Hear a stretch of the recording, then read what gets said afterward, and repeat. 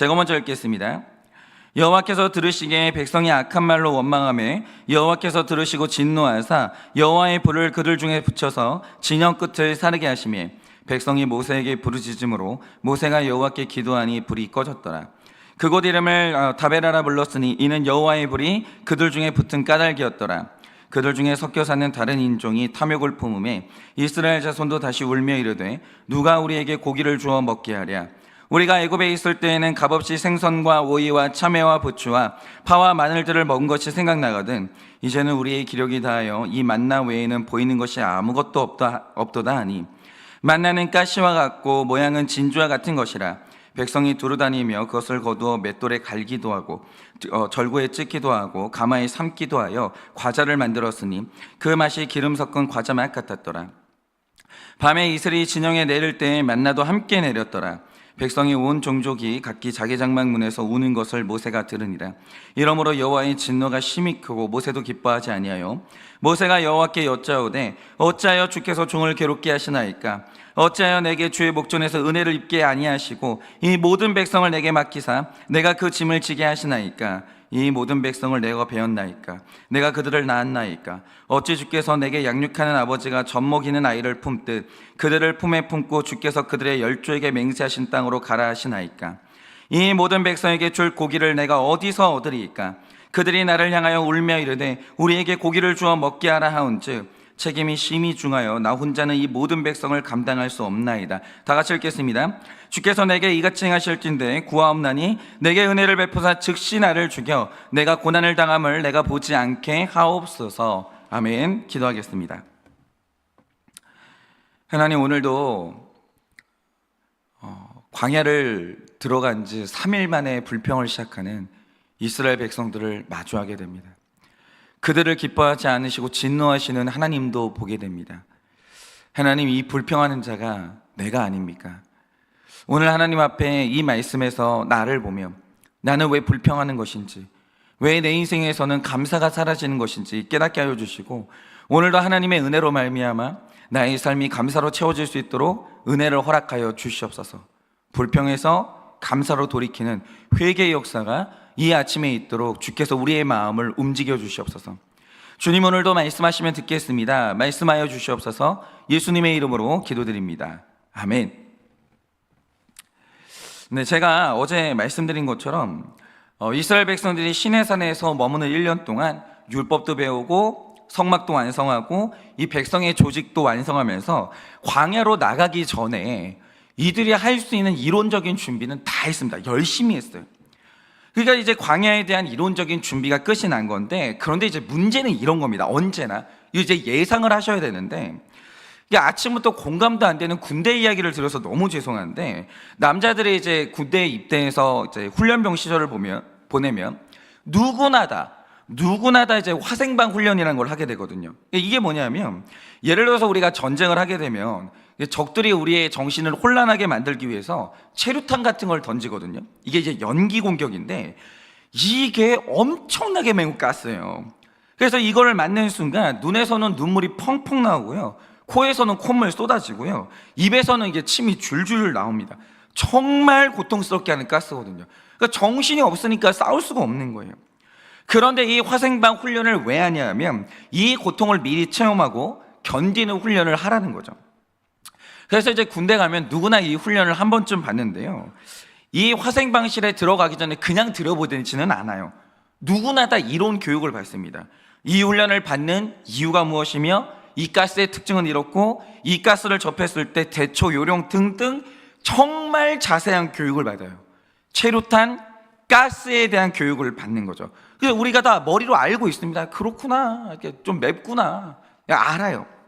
그리고 이제 화생방실로 들어간 다음에 이론으로 들었던 화생방 가스를 마시게 되죠.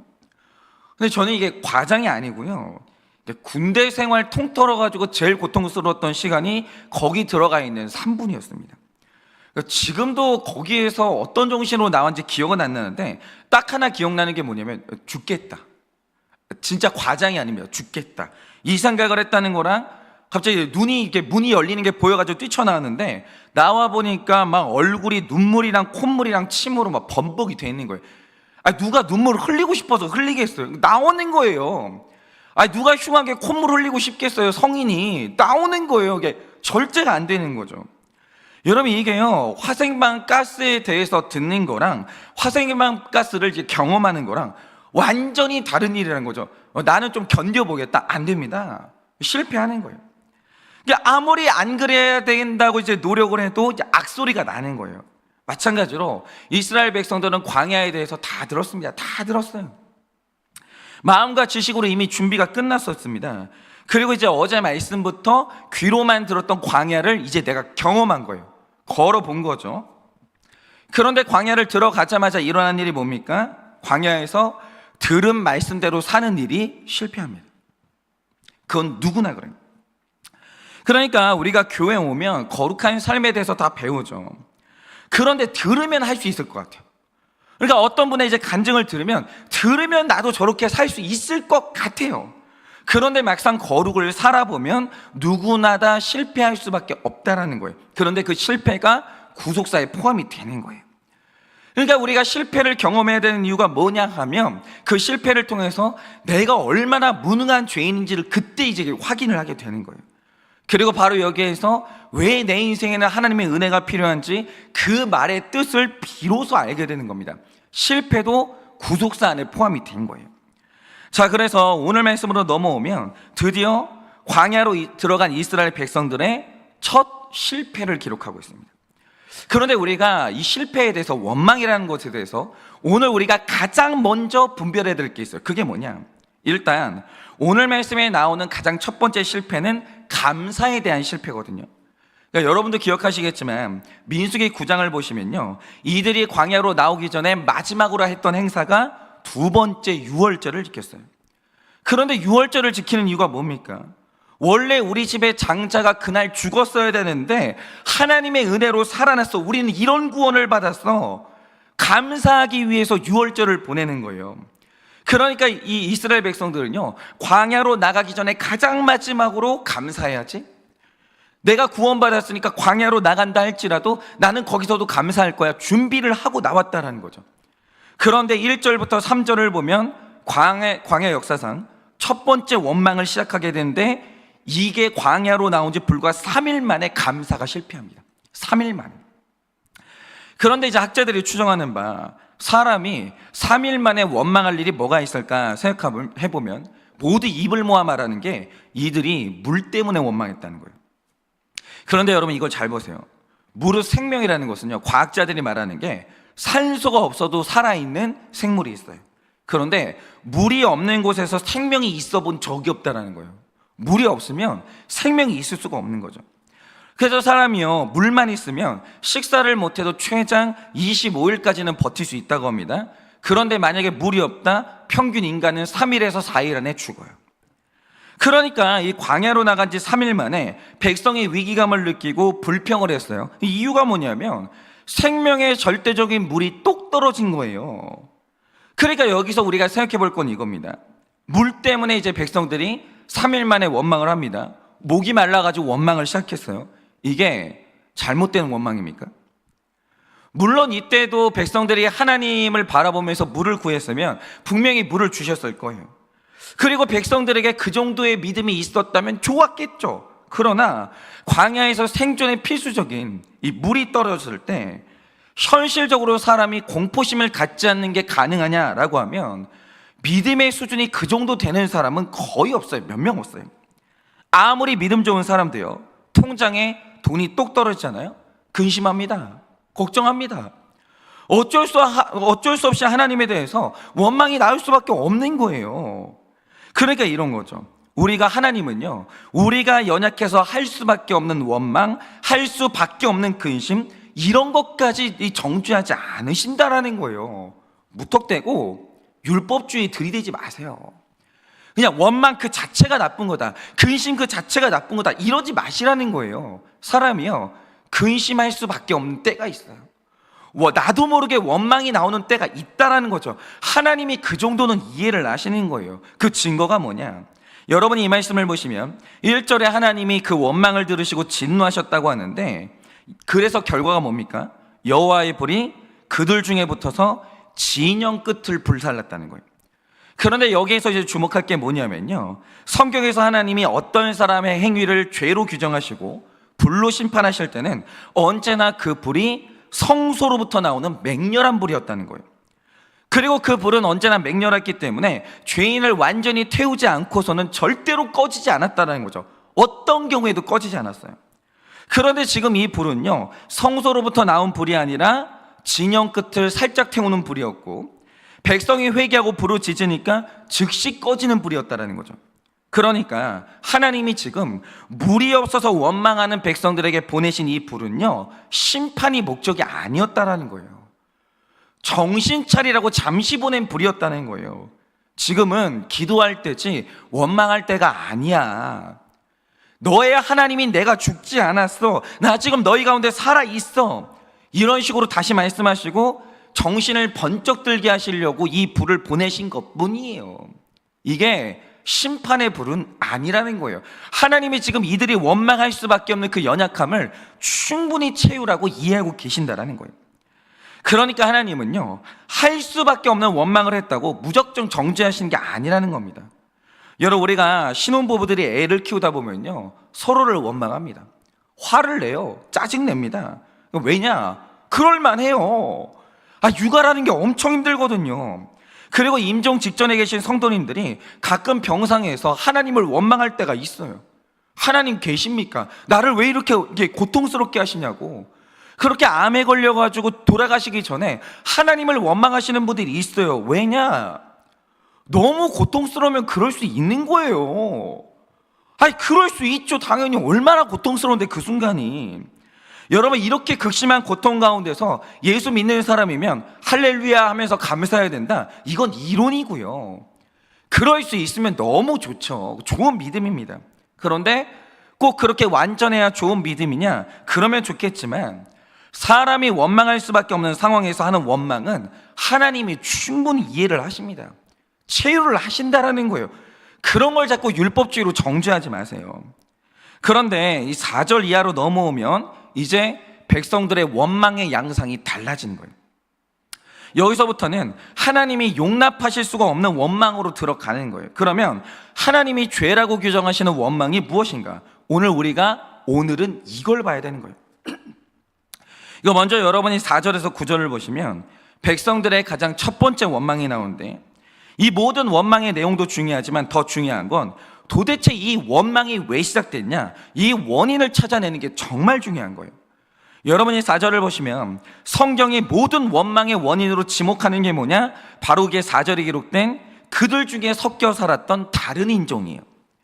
그런데 이 다른 인종이 도대체 뭐냐라는 것에 대해서 해석이 좀 분분하긴 하는데, 이럴 때는 우리가 성경 전체의 맥락을 좀 봐야 되는 거죠. 어떤 사람은 이 구절을 해석할 때 이스라엘 안에 섞여 있었던 다른 인족들, 이방인들, 이들이 문제였다 이러는데요.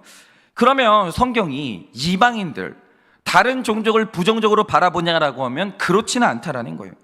그 좋은 예가 어제 말씀인데요, 이 모세의 처남인 호박 같은 경우에 그는 유대인이 아니에요. 유대인 혈통이 아닙니다.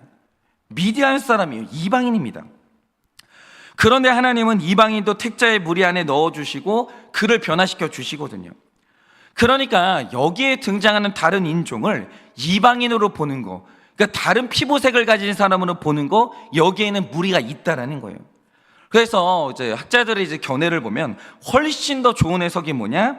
그들 중에 섞여 살았던 오합지졸들이 있었고 혹은 불량배가 있었다라는 거예요. 이게 번역상 그렇게 번역하는 게 맞다라는 거죠. 그러니까 지금 이 200만 명의 무리 안에는요, 혈통으로는 유대인의 혈통을 가졌지만 구원에 대해서 전혀 감사함을 느끼지 못하고 온통 이집트의 삶의 정신을 뺏긴, 더 정확하게 말해서 팔복이 아니라 여전히 기복적인 사람들이 있었는데 이들을 향해서 4절은 불량배였다 이렇게 말하는 거예요. 오합지졸, 불량배. 그들이 우리의 삶의 무리에 반드시 섞여 있다는 거예요. 이 불량배가 구원 하나로는 만족하지 못하는 사람들이 분명히 어느 교회나 어느 가정에나 섞여 있다는 거죠. 그런데 이들이 백성 안에서 불러일으킨 그 죄성이 뭐냐? 그게 바로 탐욕이었다는 거예요. 그러면 왜 탐욕은 원망을 이제 생산해내는가? 여러분, 오늘 말씀은 이게 굉장히 중요한데요. 예를 들어서 사람이 마땅히 있어야 될 게 없을 때 가지는 근심, 그때 가지게 되는 불평은요, 합리적인 걱정일 수 있고 할 수밖에 없는 불평일 때가 있어요. 예를 들어서 내 배우자가 가정의 경계를 벗어나서 다른 사람에게 이성의 감정을 느낀다라고 하죠. 그때 질투하고 분노하는 게 잘못된 감정이냐 이거죠. 그거는 느껴야 되는 질투고요. 그때는 싸우고 분노하는 게 맞는 거예요. 배우자가 죄를 짓고 있는데 경계를 넘어가는데 왜 안 싸워요? 왜 질투를 안 합니까? 그건 너무 합리적이고 합당한 거죠. 하나님은 이런 분노, 이런 질투를 지지하십니다. 그리고 어떤 가정이 있는데 하루에 한 끼 먹을 쌀밖에 안 남았어요. 그런데도 불구하고 이런 가정에서 가장이 근심을 안 하는 거예요. 그리고 하는 게 뭐냐, 가만히 누워가지고 하나님이 주실 거야, 하나님이 주실 거야 이러면서 앉아가지고 기도만 한다고 하죠. 그게 믿음이라고 주장하는 거예요. 이건 믿음이 아니에요. 무책임입니다. 거룩은요, 무턱대고 평안한 거, 무턱대고 이렇게 태평한 게 거룩이 아니고요, 고통을 느끼라고 주시는 고난에서는 고통을 느껴야 되는 거예요. 내 무책임의 결론으로 오는 가난에 대해서는요, 심각하게 근심을 해야 되는 거예요. 그러니까 심각해야 되는데 심각하지 않은 분들이 있어요. 그 회피예요, 그게. 그런 걸 가지고 믿음이라고 주장하면 안 되는 거예요. 이건요, 근심해야 되는 겁니다. 고통을 느껴야 되는 거예요. 그리고 일하러 나가야죠. 먹을 거 구해 와야죠. 이래야 되는 거예요. 그러니까 여러분, 한겨울에 바람 쌩쌩 부는데 주님 이불 좀 주세요, 이거는 탐욕이 아니에요. 이게 왜 탐욕이에요? 여러분이 광야에서 물을 좀 달라고 하는 거, 이게 왜 탐욕이에요? 물 없으면 죽는데. 이건 탐욕이 아니죠. 그런데 지금 이 상황에서 나오는 원망에 대해서 하나님이 규정하시는 게 뭐냐? 이건 탐욕이라는 거죠, 이건. 그러면 이게 왜 탐욕입니까? 그럼 잘 보세요. 여러분, 지금 이스라엘 백성들이 그리워하는 게 뭡니까? 4절 5절이 말하는 것처럼 이집트에서 값없이 먹었던 고기, 생선, 오이, 참외, 부추, 파, 마늘, 지금 이게 그립다는 거예요. 먹고 싶다는 거예요. 그런데 이것 자체를 그리워하는 건 문제가 아니에요. 아니, 오이가 먹고 싶다는 게 왜 이게 죄예요? 아니, 참외가 먹고 싶다는데 이게 왜 죄냐 이거죠. 이거 자체는 죄가 아니에요. 그런데 5절을 보면 백성이 이집트에 있을 때 이것들을 값없이 먹었다는 거예요. 그럼 잘 들어보세요. 이들이 이집트에 있을 때 이게 지금도 비싼데 그 당시에도 비쌌을 게 뻔하거든요. 근데 이걸 공짜로 먹었대요. 왜 공짜로 먹었습니까? 이들이 이것들을 값없이 지원받는 대신에 자기 인생의 소유권을 내줬거든요. 아니, 이집트 사람들이 바보도 아니고 자유인들이 왜 공짜로 먹어요? 자유인들은 일해서 먹는 거예요. 이 모든 것들이 철저한 교환인데 여러분, 이들이 왜 공짜로 이런 음식을 줬겠습니까? 유대인이 내 노예가 됐으니까, 이들의 자유가 내 것이 됐으니까 주인으로서 음식을 베푼 거예요. 너 내 거니까. 그냥 내 소유를 관리한 것 뿐이에요. 여러분, 만약에 자유가 있었다, 전부 다 이거 돈 내고 먹어야 되는 거예요. 땀 흘려서 읽어가지고. 그러니까 이들이 노예로 살면서 먹는 음식에 대해서 감사하고 거기서 하나님을 잘 믿었다? 그러면 또 몰라요. 그런데 이들이 노예로 살면서 참외, 파, 마늘, 부추 뭐 이런 것들 먹었거든요. 그런데 그것들 먹으면서 노예로 살 때 그들이 했던 말이 뭐였습니까? 음식이고 뭐고 다 필요 없으니까 자유를 달라는 거예요. 자기들이 그랬잖아요. 자유를 달라는 거예요. 그러니까 하나님께서 그들에게 자유를 주시고 구원을 주셨습니다. 그런데 여러분, 그들이 원해가지고 자유를 받았잖아요. 그런데 이 자유와 구원의 길에도 대가는 있는 거예요. 여러분, 사람이 하늘을 날지 않는 이상 적과 꿀이 흐르는 가나안 땅으로 가려면요, 누구나 다 2달의 광야 기간은 버텨야 되는 거예요. 이거 거쳐야 되는 거예요. 그 기간 동안은 물과 식량의 연단을 받아야 되는 것이고 그들이 여기에 동의를 한 거예요. 나는 자유를 얻겠다고, 난 나가겠다고, 나는 그런 광야를 한번 통과해 보겠다고. 여러분, 이들이 그렇게 동의를 한 거예요.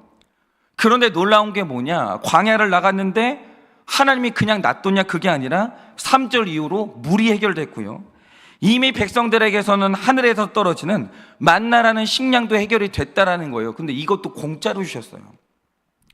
완전히 은혜를 받은 거죠. 원래 광야에 가가지고는요, 고생을 엄청 해야 되는데 우물도 파야 되고 엄청나게 고생을 해야 되는데 하나님이 그걸 다 면제를 시켜주셨어요. 무턱대고 결핍이 있진 않았다라는 거죠. 그러니까 여러분, 하나님이 만드신 세상에서 누구라도 여러분 속으시면 안 됩니다. 누구라도 지켜야 되는 법이 있고 누구라도 적용되고 있는 법이 하나 있는데 사람이 절대로 다 가질 수 없어요. 절대로. 여러분이 지금 만약에 다 가진 사람이 있는 것처럼 보이잖아요. 속고 계신 거예요. 절대 아닙니다. 사람은 결단코 다 가질 수 없어요. 세상의 모든 것을 다 누리고 있는 인간은요, 절대로 없습니다. 그러니까 애굽에서 하나님 없이 먹는 생선, 오이, 참외, 부추 이런 걸 적용해 보면요, 하나님이 없는 사람은 성적인 자유, 죄책감 없이 마음껏 누릴 수 있죠. 그러니까 그들은 성적인 즐거움을 누리면 돼요. 죄책감 없이 불법적인 돈을 마음껏 벌 수 있습니다. 주말이 되면요, 들로 산으로 마음껏 다닐 수가 있어요. 너무 좋죠. 이런 게 바로 그들이 애굽에서 살 때 먹었던 참외, 부추, 마늘, 파 이런 거예요. 너무 좋죠. 그런데 이렇게 세상을 마음껏 누리는 불신자들은 죽었다 깨어나도 하나님이 주시는 만나, 말씀의 만나, 공동체의 만나, 거룩하고 단순한 삶의 만나, 은혜의 만나, 이런 것들은 구경도 못해요. 맛도 못 보는 거예요. 절대 그럴 수는 없어요. 여러분, 정말 내가 이제 성적인 자유를 마음껏 누리고 불법적인 돈을 벌고 들로 산으로 주일마다 놀러 다니는데 하나님을 만난다? 불가능합니다. 그럴 수는 없습니다. 반면에 예수 믿는 사람은 성령도 경험해요. 구원의 확신이 주는 기쁨도 경험하고 공동체가 주는 엄청난 혜택도 누리죠. 우리는 만나를 경험합니다. 그러나 이제 세상의 죄는 맛볼 수가 없는 거예요. 애굽에서 값없이 먹었던 참외, 파, 마늘, 오이, 이제는 이거 못 먹는 거예요. 광야에서는 못 먹는 거예요. 여러분, 성령 충만을 누릴 수, 그런 거 전부 맛보면서 성령 충만함을 누릴 수 있냐? 그거는 안 되는 거예요. 사람이요, 다 가질 수 없습니다. 여러분, 영적인 기쁨과 거룩한 삶의 기쁨을 누리려면 반드시 포기해야 되는 맛이 있는 거예요. 반드시 포기해야 되는 기쁨이 있는 거예요. 누구도 절대로 다 가질 수는 없어요. 여러분, 불법적인 일을 해가지고 권력 가진 사람이 있죠. 돈을 많이 버는 사람도 있어요. 그 사람들이 저 비싼 빌딩의 펜트하우스에서 살고 있죠. 거기서 하나님 못 만나요. 못 만난다고요. 이들이 세상하고 하나님을 바꿔버렸기 때문에 절대로 못 만나요. 그러니까 부자는 하나님을 못 만난다, 이 말 뜻이 아닙니다. 불법적으로 세상의 것들을 누리는 사람들은요, 저 꼭대기에 가서 앉아있는 대신에 하나님을 못 만난다고요. 죽었다 깨어나도 못 만나요. 여러분, 이거는 일반적인 삶도 마찬가지인데요, 사람이 고난이 많고 가난할 수 있습니다. 그러면 인격이 아니라 환경 때문에 말씀이 들리기 시작해요. 그리고 겸손해지기가 쉽습니다. 그런데 겸손하고 말씀이 잘 들리면 이런 환경이 있어야 되는 건 어쩔 수가 없어요. 사람은요, 환경 때문에 말씀이 들리지 인격 때문에 말씀이 잘 들리는 사람은 없어요. 이렇게 되는 거예요. 반면에 사람이 평안하고 부유하면 좋죠. 그런데 여러분이 아셔야 되는 게 뭐냐? 성경이 못을 박는 것처럼 이 땅에서 만족도가 너무 높고 돈이 많고 평안하면 구원이 극도로 어려워집니다.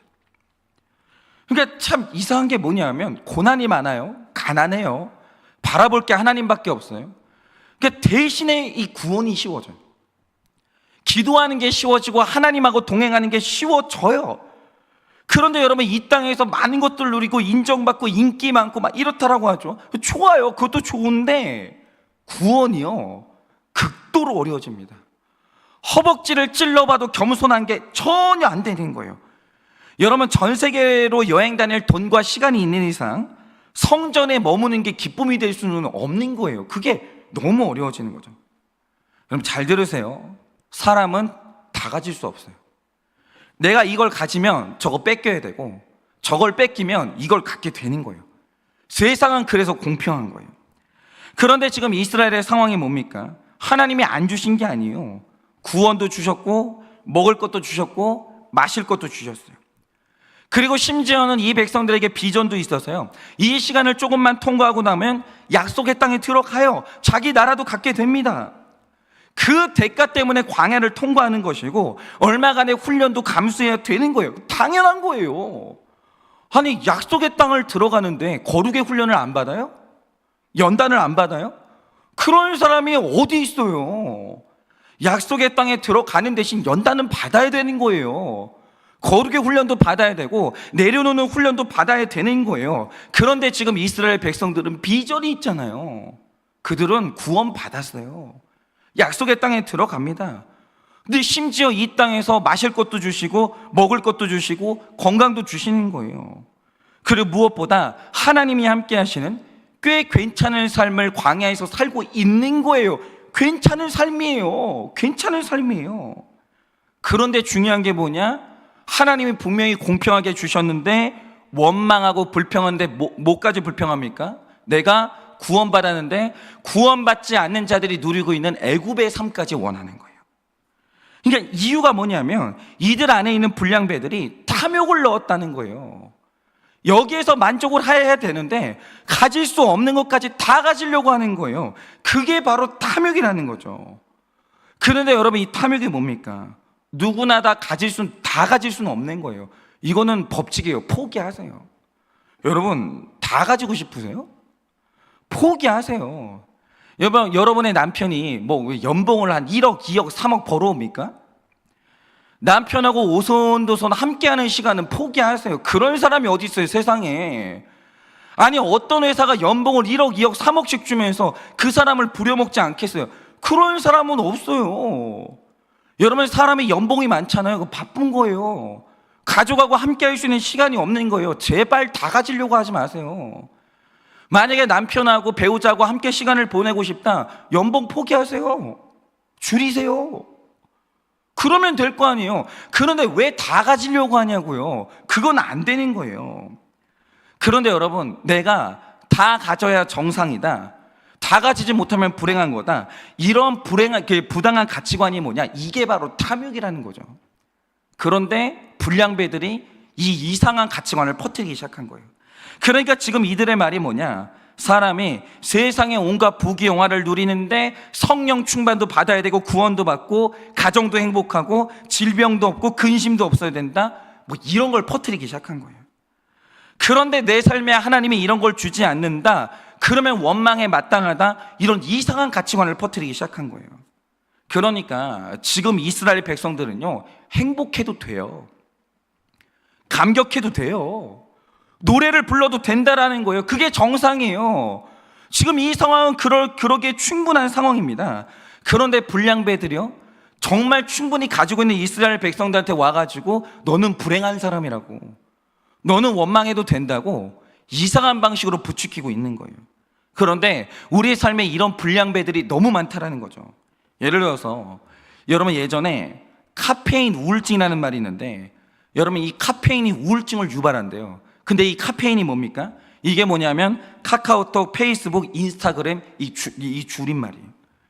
지금 있잖아요, 우리 삶에 사는 사람들이요, 이것 때문에 생기는 우울증이 있다라는 거예요. 특별히 요즘요, 이 인스타그램이 진짜 문제예요. 여러분 여기에 사람들이 자기 인생을 이제 사진으로 막 올리거든요. 근데 여기에 나오는 사진들이 뭡니까? 이 배우자와 겪는 불화, 우리 집의 결핍, 나의 고통, 이런 거 올리는 사람 아무도 없어요. 전부 다 숨겨요. 그러면 인스타그램에 올리는 사진들이 뭐냐? 전부 다 내 인생에서 가장 화려한 순간들, 비싼 식당에서 우리 오빠가 이거 사줬지요 찍어서 올리고, 아름다운 순간들, 비싼 백을 사는 순간들, 전부 다 이런 거 아름다운 순간들만 과시용으로 다 올리기 시작해요. 그런데 사람들이요, 완벽하게 편집된 남의 인생을 구경하면서 나와 남을 비교하기 시작하거든요. 그런데 비교하다 보니까 원래는 평범하고 만족스러운 인생인데 이놈의 인스타그램 때문에 내가 되게 부족하고 불행한 인생들이 되기 시작하는 거예요. 예를 들면 이런 거죠. 남의 집에 숟가락 몇 개 있는지 모를 때 훨씬 행복해요. 그런데 어느 날 나는 그냥 이게 스냉으로 된 이제 숟가락으로 밥을 먹는다고 하죠. 그러면 행복한 거죠. 숟가락이 있는 게 어디예요? 그런데 인스타그램을 통해서 남의 식탁을 보니까 거기에 금수저가 있네? 갑자기 내가 불행한 사람이 되는 거예요. 근데 그게 다 편집된 인생이거든요. 여러분 금수저 있는 집에는 다른 불행이 있는 거예요. 안 올려서 그런 거지, 행복한 척을 해서 그런 거지. 그러니까 온갖 편집된 모습이 난무하고 허세가 난무하는 SNS가 우리의 탐욕을 불러일으키고 너는 불행한 사람이야, 너는 부족한 사람이야, 이런 식으로 우리를 불행하게 만드는 대표적인 불량배라는 거죠. 제발 SNS 좀 끊으세요. 그 인스타그램 좀 끊으세요. 그거 보고 있으면서 불행해지면요, 그거 끊으세요. 잘못된 거예요. 여러분이 그걸 아셔야 되는데요, 우리 주변에는요, 우리가 잘 될 때 그걸 못 참아하는 악하고 아픈 사람 되게 많아요. 예를 들어서 내가 결혼을 한다고 하죠. 그러면 우리 청년들 잘 들으세요. 여러분이 결혼하려고 할 때 반드시 불량배가 나타나요. 그 불량배가 뭐라고 말하는지 아십니까? 이런 거예요. 여러분, 우리가 돈이 없으면 소박한 결혼할 수 있는 거예요. 이게 결혼해 보신 분들은 다 아는데, 결혼의 본질은 좋은 사람이지, 부모님이 몇 억짜리 아파트를 내주고 그 안에 온갖 가전제품을 넣고 살아도 두 사람이 싸우기 시작하면요, 그 비싼 집이 지옥 되는 거예요. 싸우다가요, 그 가전제품 다 던지고 싸우는 거예요. 그러니까 두 사람이 좁은 집에 살아도 사랑하고 같은 믿음을 가지고 살 수만 있다면 최고의 시작을 하는 거예요. 그래서 어떤 사람이 그런 줄 알고 만족하면서 결혼 준비를 하고 있다라고 하죠. 근데 이때 꼭 불량배 하나는 나타나요. 반드시 나타납니다. 그러면 그 불량배가 와서 하는 말이 뭔지 아십니까? 언니, 요즘 집 사기 얼마나 좋은지 몰라. 서울에 집값이 뚝뚝 떨어졌다고. 그래가지고 어떤 언니는 시어머니가 며느리 사랑한다고 다이아 바지도 해주고 현금으로 몇 천만 원 주고 그 집도 사줬다고. 세상에 요즘에 결혼하면서 그것도 안 해주는 집이 어디 있냐고. 그리고 어떤 집은 시아버지가 백을 사줬대, 명품 백을. 근데 언니 뭐 받았어? 뭐 받았어? 하나도 안 해줬어? 집도 안 해주고 현금도 안 주고 뭐 아무것도 안 줬어? 그건 언니를 무시하는 거야. 요즘에 그런 집이 어디 있어? 이런 식으로 잘 살고 있는 사람, 너무나 행복하게 은혜 받고 잘 가고 있는 사람을요, 순식간에 불행한 사람으로 만드는 불량배들이 있다라는 거예요.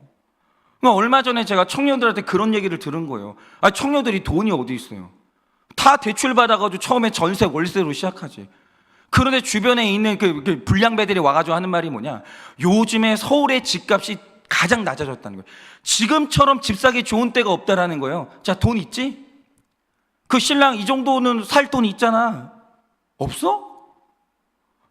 갑자기 있잖아요, 기분 좋게 결혼 준비하고 있었는데 순식간에 나를 불행한 사람으로 만드는 사람이 있다라는 거죠. 불량배예요, 불량배. 완전히 불량배예요. 그리고 특별히 지금 자녀 키우는 엄마들은요, 우리 애가 지금 건강하게 잘 크고 있거든요. 근데 순식간에 학원 한 10개 보내는 엄마가 오더니 얘는 미래가 없는 애, 그리고 불행한 엄마로 만들어버리는 거예요. 이런 불량배들이 우리 삶에 얼마나 많은지 몰라요. 나는 충분히 하나님께 은혜를 받았는데 순식간에 그런 사람 만나잖아요. 나는 아무것도 없는 거지가 되는 거예요. 세상에서 제일 불행한 사람이 되는 거예요. 그러면 어떻게 돼요? 당연히 불평이 나오는 거죠. 여러분, 내 삶에서 탐욕으로 나를 불행하게 만드는 이 불량배를 당장 몰아내요. 당장. 그 세상 불량배를 몰아내야 됩니다. 그리고 내 삶을 객관적으로 보게 만들어주는 말씀 있는 공동체를 만나야 되는 거예요. 정신 차리라고. 네가 얼마나 많이 가져온 줄 아냐고. 네가 얼마나 행복한 줄 아냐고. 정신 차리고 객관적으로 보라고.